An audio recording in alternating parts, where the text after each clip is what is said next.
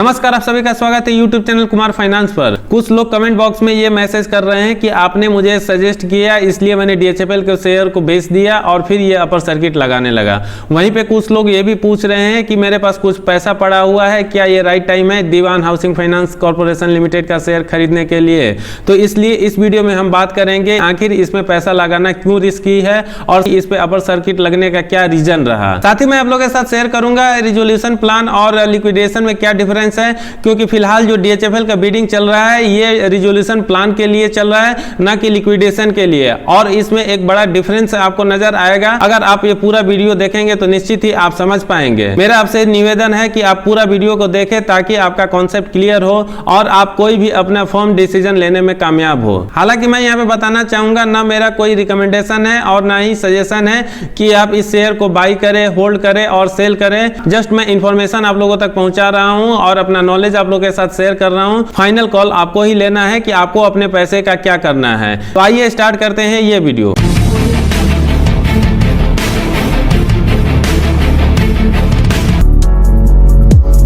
मैं फिलहाल ticket app के वेबसाइट पे हूं और आप स्क्रीन पे देख सकते हैं कि एक बार फिर से इसमें 5% का अपर सर्किट लगता है। इसने अपना स्टार्ट किया था 31 दिसंबर को जर्नी 28 रुपया से और 29 रुपया 60 पे ये क्लोज होता है। मॉर्निंग के फर्स्ट सेशन को हम देखें तो यहाँ पे थोड़ा सा फ्लक्चुएशन आप देख सकते हैं स्क्रीन पे और फाइनली ये करीब 10:15 या 10 बजे के आसपास से स्टार्ट होता है अपर सर्किट के साथ और जब ये क्लोज होता है तो अपने अपर सर्किट पे ही क्लोज होता है। अब देख लेते हैं 31 दिसंबर को इसके कितने शेयर ट्रेड हुए, उसमें कितना डिलीवरी का क्वांटिटी रहा और कितना उसका परसेंटेज रहा। उसी में हम जानेंगे कि जो आज इस पे अपर सर्किट लगा उसके पीछे का मेजर रीजन क्या है। आप देखेंगे तो एक बार फिर से चौंक जाएंगे। हालांकि वो रीजन मैं पहले भी शेयर कर चुका हूं और उसका लाइव एग्जांपल आप देख सकते हैं एक बार फिर से। मैं आ गया हूं मनी कंट्रोल के वेबसाइट पे और आप देख रहे हैं यहाँ पे प्राइस परफॉर्मेंस और वॉल्यूम एनालिसिस दिया हुआ है। तो हम प्राइस परफॉर्मेंस नहीं देखेंगे कि ऑलरेडी हम इसके बारे में बात कर चुके हैं। तो अब हम देख लेते हैं इसका वॉल्यूम एनालिसिस और आप देख सकते हैं जो टुडे का डिटेल दिया हुआ है ये 31 दिसंबर 2020 का है।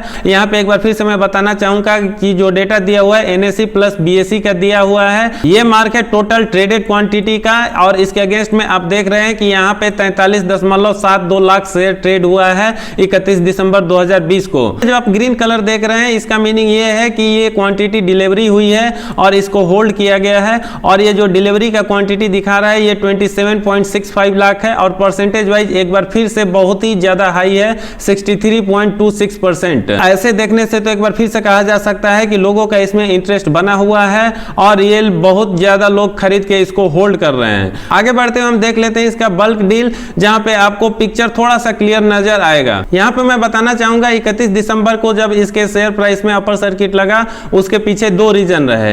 एक रीजन था कि दीवान हाउसिंग फाइनेंस कॉर्पोरेशन के जो फॉर्मर प्रोमोटर है उन्होंने एक नया ऑफर दिया है या एक तरह से कह सकते हैं एक रिजोल्यूशन प्लान दिया है और उसमें जो कुछ चीजें उन्होंने मेंशन की है वो पॉजिटिव है। हालांकि ये कंसीडर किया जाएगा, इस पे डाउट है, जैसा कि मैं अपने पहले के वीडियो में भी बता चुका हूं। अगर वो वीडियो आपने नहीं देखा है तो मैं उसका लिंक अपने डिस्क्रिप्शन बॉक्स में शेयर कर दूंगा, वहां से जाकर आप देख सकते हैं। दूसरा मेजर रीजन जो मुझे समझ में आता है इसमें अपर सर्किट लगने का वो है डील्स पार्ट और आप मनी कंट्रोल के वेबसाइट पे देख सकते हैं ब्लॉक डील तो यहाँ पे कुछ नहीं दिया हुआ है, यहाँ पे डेटा बिल्कुल भी कुछ नहीं है। इसका मतलब है ब्लॉक डील तो कुछ नहीं होता है। अब हम देख लेते हैं इसका बल्क डील और बल्क डील पे अगर आप नजर दौड़ाएं तो आप 30 दिसंबर 2020 का डेटा दिया हुआ है लेटेस्ट जो है, क्योंकि 31 दिसंबर का डेटा हो सकता है कल या परसों दे मनी कंट्रोल के वेबसाइट पे। और 30 दिसंबर का डेटा अगर आपको याद होगा तो उस दिन भी DHFL का शेयर मॉर्निंग में लोअर सर्किट के साथ ही खुला और फाइनली क्लोजिंग इसका अपर सर्किट पे हुआ। तो ये तो क्लियर है कि इसमें लोअर और अपर सर्किट का खेल चलता रहेगा और जैसा कि मैं पहले के वीडियो में भी बता चुका हूं कि कई बार ट्रेडर और ऑपरेटर इसमेम गेम करते हैं।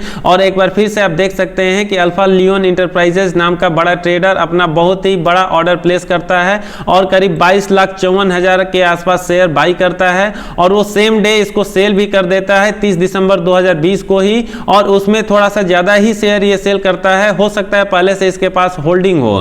तो जब भी कोई बड़ा ऑर्डर प्लेस होता है किसी भी शेयर के लिए तो निश्चित ही उसमें अपर सर्किट लगने का चांसेस बढ़ जाता है। अगर वो बाई का है तो, अगर वो सेल का है तो उसमें लोअर सर्किट लगने के चांसेस बढ़ जाते हैं। पहले के वीडियो में भी मैं बता चुका हूं कि कि कई बार ऐसा होता है कि जब भी कोई बड़ा ऑर्डर प्लेस हो जाए बाई करने के लिए तो उस शेयर का प्राइस अपर सर्किट पे चला जाता है या शेयर का प्राइस काफी हाई हो जाता है। जबकि अगर कोई बड़ा ऑर्डर प्लेस कर दिया जाए सेल के लिए तो उसका शेयर का रेट अचानक से गिरने लगता है या लोअर सर्किट पे क्लोज होता है। केवल इसमें ही नहीं, बहुत सारे स्मॉल कैप के शेयर में ये खेल खेला जाता है और कई बार तो मिड कैप के शेयर में भी ऐसा खेल होता है। अब हम जान लेते हैं DHFL जैसे शेयर में ज्यादा पैसा इन्वेस्ट करना क्या रिस्की है या फायदेमंद है।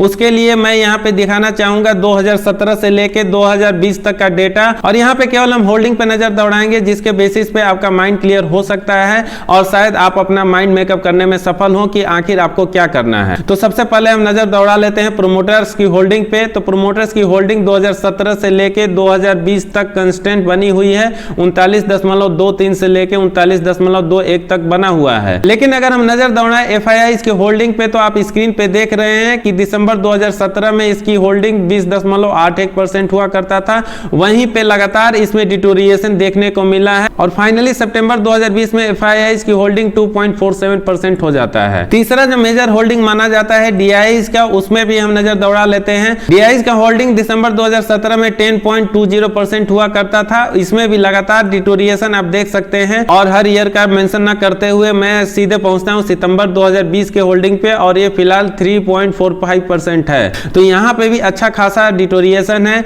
जो दो मेजर FIIs और DIIs माने जाते हैं किसी भी कंपनी के शेयर में इन्वेस्ट करने के लिए, तो यहाँ पे तो ये बिल्कुल अच्छे संकेत नहीं दे रहे हैं कि ऐसे शेयर में इन्वेस्ट करना चाहिए, क्योंकि ये बहुत ही स्मार्ट और इंटेलिजेंट लोग होते हैं। अगर ये अपना शेयर होल्डिंग रिड्यूस कर रहे हैं तो मुझे नहीं लगता है कि किसी भी रिटेल इन्वेस्टर के लिए एक अच्छा संकेत है। लेकिन अगर हम नजर दौड़ाएं पब्लिक की होल्डिंग पे जिसमें रिटेल इन्वेस्टर भी आते हैं और मैक्सिमम इन्हीं का पार्ट होता है, तो यहाँ पे बहुत ही ज्यादा आपको बढ़ोतरी देखने को मिलेगी, क्योंकि दिसंबर 2017 में पब्लिक की होल्डिंग 29.76% है, ये बढ़ते बढ़ते 54.87% हो जाता है। ये डेटा हालांकि एक बार फिर से मैंने अपने पिछले वीडियो में शेयर किया था, लेकिन दोबारा मैं शेयर कर रहा हूं ताकि जिन्होंने वो वीडियो नहीं देखा है ये वीडियो देख के अपना माइंड मेकअप कर सके और चीजों को समझ सके। पब्लिक होल्डिंग यहाँ पे बढ़ने का सीधा सा मतलब है, जो मैं मानता हूं कि रिटेल इन्वेस्टर को ऐसा लगता है कि 600-700 रुपया का शेयर अगर उसको 38, 20, 30 में मिल रहा है तो क्यों ना उसको बाई कर लिया जाए और फिर से ये 600-700 रुपया का बन जाएगा। अमूमन ऐसा होता नहीं है, मैं एग्जांपल के साथ पिछले वीडियो में बता चुका हूं, वो वीडियो का लिंक भी मैं अपने डिस्क्रिप्शन बॉक्स में शेयर कर दूंगा, वहां से जाके आप देख सकते हैं। इसके अलावा कुछ और चीजें मैं आप लोगों के साथ शेयर करना चाहूंगा जो प्रोस एंड कॉन्स के माध्यम से आपको दिखेगा,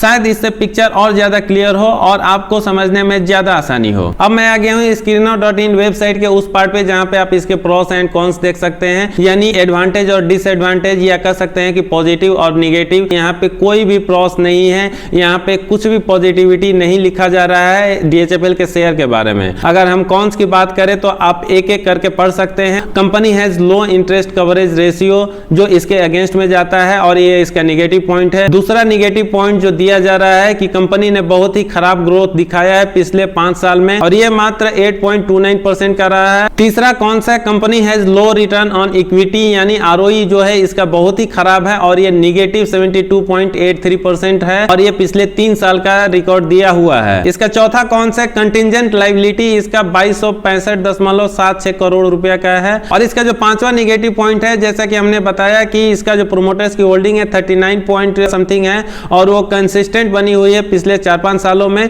लेकिन उसके 100% शेयर प्लेज है, यानी जो प्रोमोटर की होल्डिंग है 39 पॉइंट समथिंग, वो पूरा का पूरा शेयर ही गिरवी रखा हुआ है। इसलिए यहाँ पे ये भी कहा जा सकता है कि होल्डिंग होने के बावजूद भी ये ना के बराबर है और वजह भी साफ है, ऐसे ही एक्टिविटी की वजह से ये कंपनी दिवालिया हो चुकी है। उम्मीद करता हूँ ये सारी चीजें आपको समझ में आ रही होंगी और पिक्चर काफी क्लियर हो रहा होगा। अब हम जान लेते हैं DHFL के बारे में कैसे आर्टिकल छप रहे हैं और एक्सपर्ट अपना क्या ओपिनियन दे रहा है इसके बारे में।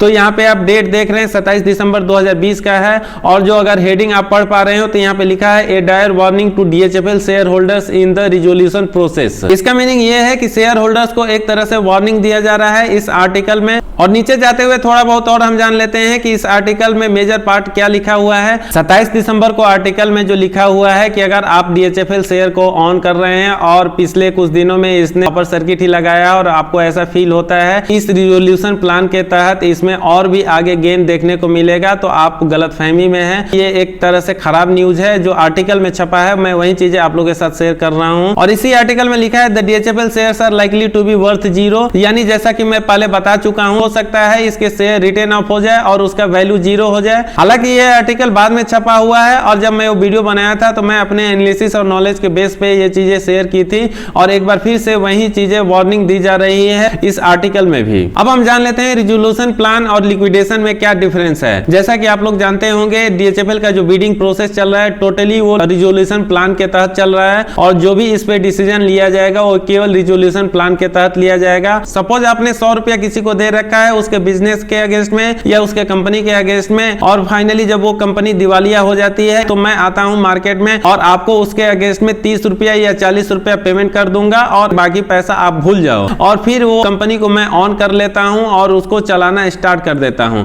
तो ये तो रहा रिजोल्यूशन प्लान जो DHFL के केस में अप्लाई होने वाला है। लिक्विडेशन में क्या होता है, सपोज आपने किसी को 100 रुपया दे रखा है और उसके पास जो भी प्रॉपर्टी एसेट है वो पूरा का पूरा आप सेल करते हैं और जितना भी आप रिकवरी कर पाते हैं वो पूरा का पूरा रिकवर कर लेते हैं। लेकिन DHFL के केस में लिक्विडेशन नहीं किया जा रहा है क्योंकि हो सकता है RBI या गवर्नमेंट द्वारा ये सोचा जा रहा हो कि इससे फाइनेंशियल स्ट्रक्चर खराब होगा और रेपुटेशन खराब होगा, जिसकी वजह से लिक्विडेशन नहीं किया जा रहा है। शायद अगर DHFL के केस में लिक्विडेशन किया जाता तो थोड़ा सा ज्यादा पैसा मिल सकता था और जो इसके लेंडर्स हैं, जो इसके क्रेडिटर्स हैं, उनको थोड़ा और ज्यादा पैसा मिल जाता। लेकिन ऐसा चूंकि अप्लाई यहाँ पे हो नहीं रहा है इसलिए अभी इसकी बात करना ही बेमानी है। उम्मीद करता हूँ ये सारा कॉन्सेप्ट आपको समझ में आ रहा होगा और पिक्चर भी काफी हद तक क्लियर हो गई होगी। फिर भी अगर आपके मन में कोई डाउट या क्वेरी है तो आप कमेंट बॉक्स में जाके जरूर कमेंट करें, उसका मैं रिप्लाई करने की कोशिश करूंगा और हो सके तो सॉल्व करने की भी कोशिश करूंगा। वीडियो के आखिर में एक बार फिर से मैं बोलना चाहूंगा, ये मेरा सजेशन या रिकमेंडेशन नहीं है, जस्ट इन्फॉर्मेशन या नॉलेज मैं आप लोग के साथ शेयर कर रहा हूँ इस वीडियो के माध्यम से। तो आप इसको कंफर्म कुछ भी ना ले, आप अपना रिसर्च करें और उसके बेसिस पे कोई भी डिसीजन लें। दोस्तों अगर आपको मेरा काम पसंद आता है और आपने चैनल सब्सक्राइब नहीं किया है तो चैनल को सब्सक्राइब करके बेल आइकन का बटन जरूर प्रेस करें।